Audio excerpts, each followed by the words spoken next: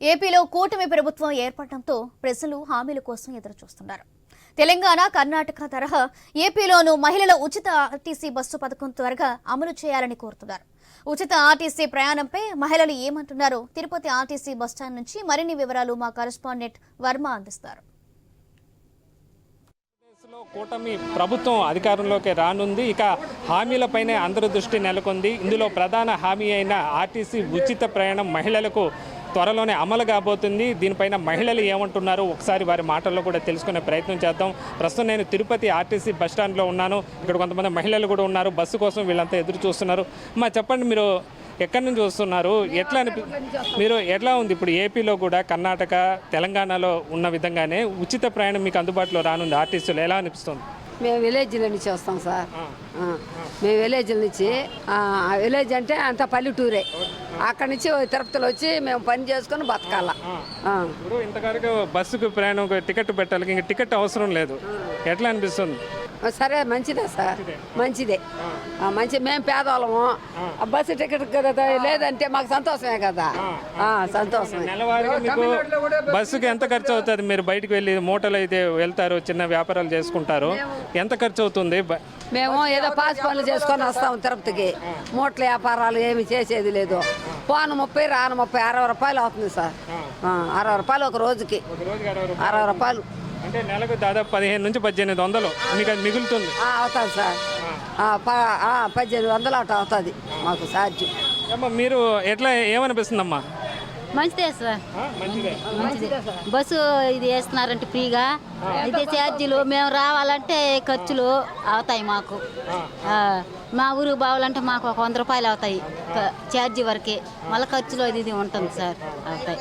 నెలకి ఎంత మీకు బస్సుల పైన ప్రయాణానికి ఎంత ఖర్చు పెడుతుంటారు? అవుతుంది సార్, మాకు ఒక అవుతుంది 400-500 దాకా అవుతుంది. అది కూడా మీకు మిగిలినట్టే, మంచిదే అంటారు. మంచిదే సార్. ఇక్కడే కర్ణాటక చెందిన మహిళలు కూడా ఉన్నారమ్మా. చెప్పండి, మీ రాష్ట్రంలో ఉచిత ప్రయాణం ఎలా అమలవుతుంది? ప్రస్తుతం ఇక్కడ ఏపీలో కూడా ఇవ్వబోతున్నారు, అక్కడ ఎలా ఉంది?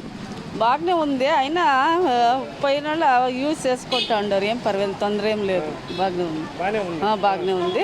మేము మితంగా పోవాలా, ఎక్కువ పోరాదు. చూసుకొని జనం చూసుకొని పోలే, ఒకరి మీద ఒకటి పడి రాదు, అంతే. క్లీన్గా పోయి రావాలి, ఇడిచిండే అనుకుని ఉపయోగం చేసుకోవాలి. ఇక్కడ మరికొంతమంది మహిళలు ఉన్నారమ్మా, ఎలా అనిపిస్తుంది? ఇప్పుడు టీడీపీ ప్రభుత్వం, ఇప్పుడు కూటమి ప్రభుత్వం రానుంది, మహిళలకు ఉచితంగా ఆర్టీసీలో ప్రయాణం చేసే అవకాశం కల్పిస్తుంది. చాలా మంచిది సార్. అలా వస్తే మాకు ఛార్జీలు ఎక్కువ ఖర్చులు ఉన్నాయి. ఇప్పుడు అలా పెడితే మంచిది. టీడీపీ వచ్చిందే మంచిది. త్వరలో రాబోతుంది మనకు తెలంగాణ, కర్ణాటకలో ఎలా ఉంది, ఇప్పుడు అట్లా రాబోతుంది. ఈ రోడ్లు ఇవంతా కానీ పరిశుభ్రంగా చేసి మహిళలకి ఇది నీట్గా పెడితే మంచిది సార్. అది చెప్తున్నారు ఇక్కడ మహిళలు. మరికొంతమంది మహిళలు కూడా అడిగి వాళ్ళ అభిప్రాయాలు కూడా తెలుసుకునే ప్రయత్నం చేద్దాం. ఆర్టీసీలో ప్రయాణిస్తున్న మరికొంతమంది మహిళలు కూడా ప్రస్తుతం మనం బస్సులో కూడా చూస్తూ ఉన్నాము. వారు ఏమంటున్నారో తెలుసుకునే ప్రయత్నం చేద్దాం. మరి చెప్పండి, ఇంకా త్వరలో ఈ కొత్త ప్రభుత్వం అధికారంలోకి రాబోతోంది, మహిళలకు కూడా ఉచిత బస్సు సౌకర్యం తెలంగాణ, కర్ణాటక తరహాలో కల్పించబోతోంది, ఎలా అనిపిస్తుంది? చాలా బాగా అనిపిస్తుందండి.